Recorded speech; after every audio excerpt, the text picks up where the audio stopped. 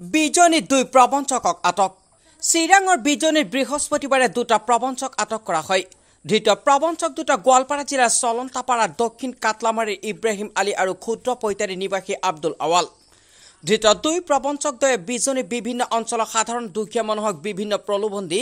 motorcycle শ্বৰুমৰ পৰা ফাইনেন্সত দুখীয়া মানুহৰ নামত মটৰচাইকেল ক্ৰয় কৰি অবৈধভাৱে বাংলাদেশলৈ বিক্ৰী কৰি ঠগ প্ৰবঞ্চনা কৰি আহিছে ইতিমধ্যে বিজনীৰ বিভিন্ন অঞ্চলত দুখীয়া মানুহৰ নামত 5খনকৈ মটৰচাইকেল ফাইনেন্সত উলিয়াই প্ৰবঞ্চকদ্বয়ে বাংলাদেশলৈ বিক্ৰী কৰিছে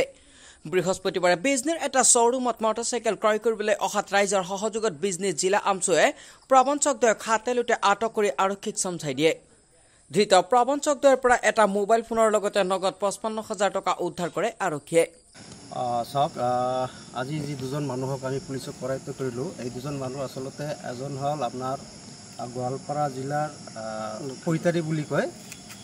আমবাৰী পৈতাৰী আৰু এজন হল চলন্তপাৰা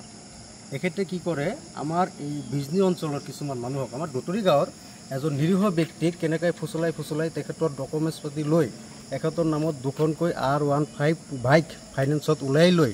সেই বাইক দুখন এখেতক নজনাকৈ এখেতে বহিৰাষ্ট্ৰত বিক্ৰী কৰা বুলি আমি শুনিছোঁ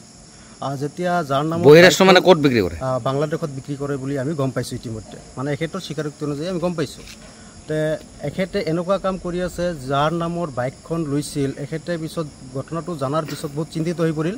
চিন্তিত হৈ পৰাৰ পিছত আমাক আমচু নেমচু দুটুৰি ফ্ৰেণ্ডছ ক্লাব এণ্ড লাইব্ৰেৰী গোটেই মানুহক কথাখিনি জনোৱাৰ পিছত আমি এখেতক ক'লোঁ কিবা কৰি এখেতক মানে বিজনীলৈ আনক তাৰপিছত আমি এখেতক মানে ধৰাৰ ব্যৱস্থা কৰিম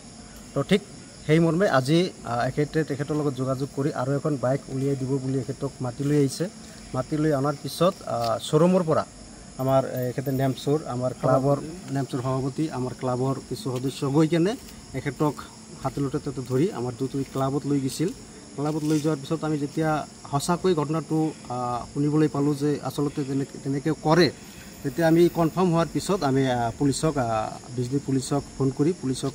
পিছত আমি গতাই দিছোঁ এতিয়া বিজনী আৰক্ষী থানাত আছে তো আমি বিচাৰোঁ যাতে এনেকুৱা যি প্ৰলোভন এইটো চক্ৰ হয়তো এই দুজনেই নহয় এই চক্ৰৰ লগত আৰু বহু মানুহ জড়িত আছে যিহেতু বহিৰাষ্ট্ৰত বাইকখিনি